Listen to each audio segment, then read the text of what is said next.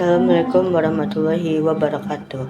Perkenalkan, nama saya Vena Ravalina dengan NPM 2506061012. Sini saya akan mempresentasikan makalah saya, yaitu analisis kesalahan berbahasa pada karya tulis ilmiah, gambaran peran ibu dalam membimbing menyikat gigi pada anak TK dan wanita kandangan.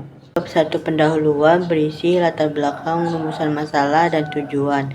Pada bagian latar belakang berisi yaitu karya tulis ilmiah yang dianalisis adalah berjudul Gambaran Peran Ibu dalam Membimbing Menyikat Gigi pada Anak TK dan Wanita Kandangan yang disusun oleh Rizka Ardia Pramesti pada tahun 2019.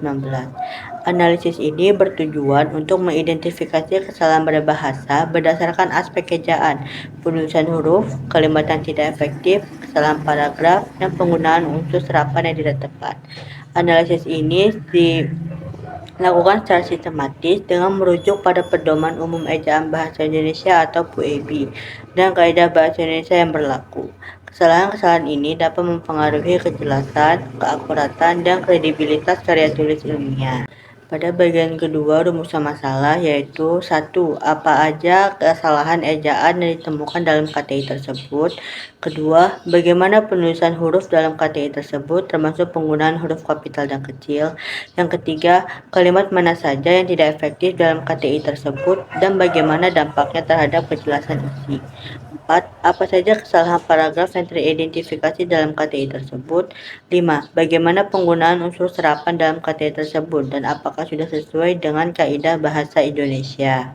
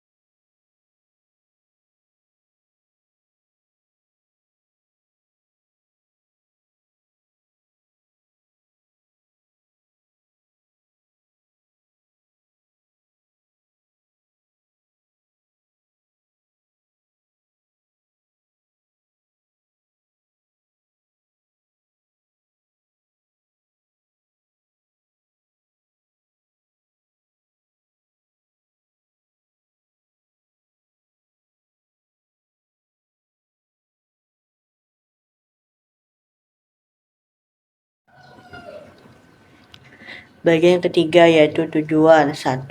Untuk mengetahui kesalahan ejaan yang ada di karya tulis ilmiah tersebut. Kedua, untuk mengetahui penulisan huruf dalam karya tulis ilmiah tersebut. Ketiga, menemukan kalimat tidak efektif dalam karya tulis ilmiah tersebut. 4. Menemukan kesalahan dari paragraf yang ada dalam karya tulis ilmiah tersebut. 5. Dapat mengetahui penggunaan unsur serapan dalam karya tulis ilmiah tersebut. Apakah sesuai dengan kaidah bahasa Indonesia yang berlaku. Pada bagian kedua yaitu penulisan huruf. Penulisan huruf meliputi kapitalisasi yaitu penggunaan huruf besar atau kecil dan format huruf. Yang pertama, penggunaan huruf kapital tidak konsisten pada awal kalimat dan nama diri. Yang kedua, nama lembaga atau institusi karena tidak ditulis dan kapital yang benar.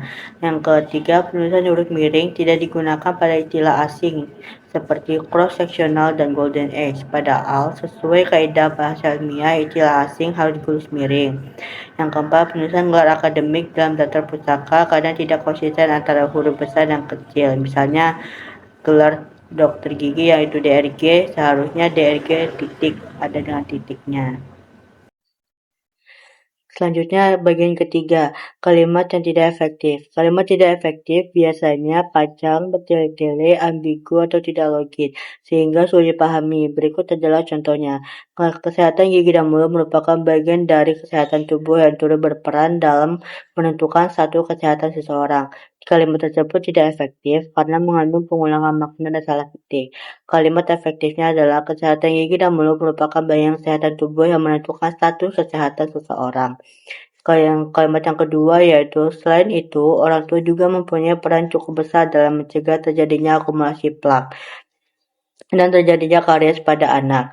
Berlebihan karena pengulangan kata terjadinya Bentuk efektifnya ialah, selain itu, orang tua berperan besar dalam mencegah akumulasi plak dan karies pada anak. Bagian kalimat ketiga yaitu peran ibu dalam membimbing menyikat gigi anak berdasarkan pendidikan SMA masuk ke dalam kriteria baik. Tidak efektif karena struktur tidak jelas. Kalimat yang benar adalah peran ibu dengan pendidikan SMA termasuk dalam kriteria baik dalam membimbing anak menyikat gigi. Yang kalimat keempat, studi pendahuluan ini dilakukan di TK Dharma Wanita yang berlokasi di Desa Kandangan, Temanggung. Tidak efektif karena kata ini tidak perlu diawali huruf kapital. Bentuk tepatnya ialah studi pendahuluan ini dilakukan di TK Dharma Wanita Kandangan, Temanggung. Kalimat kelima yaitu pada bagian pembahasan juga terlalu panjang dan menumpuk beberapa ide dalam satu kalimat sehingga menaburkan makna utama. Kalimat seperti ini sebaiknya dipecah menjadi dua agar lebih jelas dan fokus. Selanjutnya adalah bagian keempat, kesalahan paragraf. Kesalahan paragraf meliputi struktur yang tidak logis, transisi yang buruk, atau paragraf yang terlalu panjang atau pendek. Dalam karya tulis ini, beberapa paragraf memiliki masalah, yaitu 1. Paragraf pada bagian latar belakang terlalu panjang dan memuat beberapa gagasan sekaligus, seperti data statistik, teori, dan hasil penelitian dalam satu alinea. Seharusnya dipisahkan berdasarkan topik agar mudah dipahami.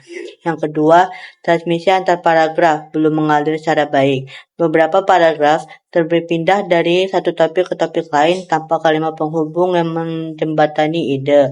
Ketiga, paragraf pada kesimpulan terlalu singkat dan tidak memberikan penalaran yang kuat. Sebaiknya kesimpulan disertai dengan penjelasan yang mendekatkan hasil penelitian secara ilmiah. Ketiga, beberapa paragraf membuat kalimat pembuka yang tidak langsung menuju pokok pembahasan sehingga mengurangi fokus ide utama. Selanjutnya terakhir yaitu penggunaan unsur serapan yang tidak tepat. Unsur serapan atau kata asing harus digunakan sesuai konteks dari kaidah bahasa Indonesia seperti dalam istilah teknis atau jika tidak ada padanan yang tepat. Contohnya yaitu 1. Istilah cross-seksional salah penulisan dan harusnya ditulis cross tanda hubung seksional. Yang kedua, istilah golden age tidak ditulis miring, padahal menurut kaidah penulisan istilah asing dalam bahasa Indonesia harus dicetak miring. Yang ketiga, cross-tab. Sebaiknya diterjemahkan ke bahasa Indonesia menjadi tabulasi silang. Yang keempat, beberapa istilah teknis berbahasa Inggris tidak diberikan padanan Indonesia, padahal sudah ada istilah bakunya.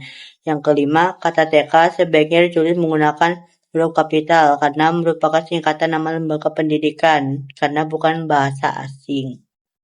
Selanjutnya yaitu bagian terakhir yaitu bab 3 bagian penutup yang berisi 1. Kesimpulan. Analisis kesalahan berbahasa dalam karya tulis ilmiah berjudul Gambaran Peran Ibu dalam Membimbing Menyikat Gigi pada Anak TK Dharma Wanita Kandangan menunjukkan bahwa meskipun tulisan secara keseluruhan cukup baik, masih terdapat beberapa kesalahan yang perlu diperbaiki. Dari segi ejaan ditemukan kesalahan seperti status yang seharusnya menjadi status dan menggunakan menjadi menggunakan yang seharusnya menggunakan. Penulisan huruf perlu diperhatikan untuk kapitalisasi dan spasi kalimat yang tidak efektif seringkali panjang dan ambigu, sehingga sebaiknya dipecah. Kesalahan paragraf, terutama pada struktur dan transisi, sedangkan unsur serapan perlu disesuaikan dengan konteks. Dengan perbaikan ini, karya tulis akan lebih bermutu dan mudah dipahami oleh pembaca akademik.